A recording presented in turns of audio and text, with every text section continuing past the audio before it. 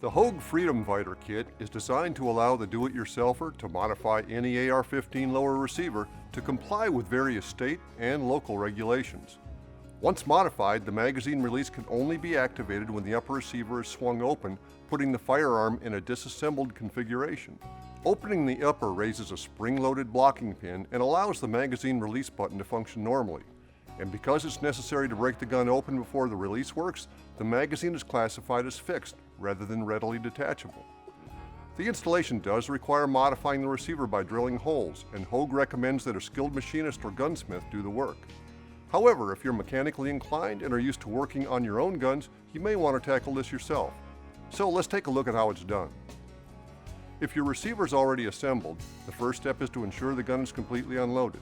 Then we need to remove the upper from the lower receiver.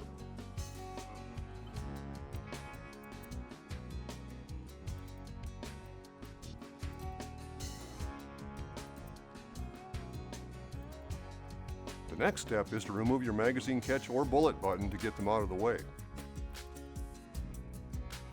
Now the receiver is ready for the Freedom Fighter jig. To install the jig, first push your pivot pin into the closed position. Cock the hammer back and insert the jig into the top of the mag well. Make sure the jig is seated properly and then secure it with a clamp. A woodworker's clamp works very well for this, or you can use a C-clamp. Once we have the jig clamped in place, we're ready to start drilling. Find the larger of the two drill bushings and put it into the top of the jig. This will position the drill and ensure an accurate hole. Now chuck up the larger drill bit, the one with an E-clip on it, in your electric drill. I'm going to put the receiver in a vise for this to make it easier, but if you don't have a vise, don't worry. You can actually do this while holding the receiver in one hand and the drill in the other. Before starting to drill, spray a little WD-40 or apply some cutting oil to the drill tip to help it cut smoother. Then insert the bit into the bushing and begin to drill. Run the drill as fast as it'll go because aluminum tends to cut smoother at higher RPMs. You'll want to remove the drill and clean out the chips from time to time to keep the drill from clogging and to get a nice clean finish on the inside of the hole. Also, remember to add a little more cutting fluid to the bit each time you do this. Once the E-clip bottoms out on the bushing, you've gone as far as you need to go. So put that drill bit and bushing aside and go to the next smaller size. Install the small bushing in the jig, apply your cutting fluid to the new drill bit, and start to drill again, remembering to remove the drill and clear chips from time to time. Keep drilling until you feel the drill bit break through. That's all the farther you need to go. Now we can remove the jig from the receiver, clean out our new stepped hole with a pipe cleaner, and check for fit with a pin and spring. To check the fit, place the spring onto the pin and insert the assembly into the hole with the dome side up and the spring facing down.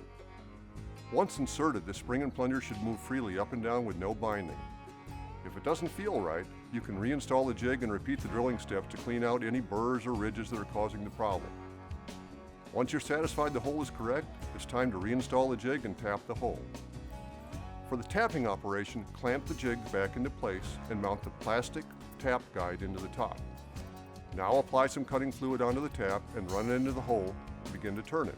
Be sure to put some pressure on the tap so the teeth will bite into the aluminum and begin to form threads. Once you feel the tap start, turn the handle approximately 4 revolutions and then back out the tap. Remove the jig, clean the hole with your pipe cleaner, and try installing the included set screw into the receiver.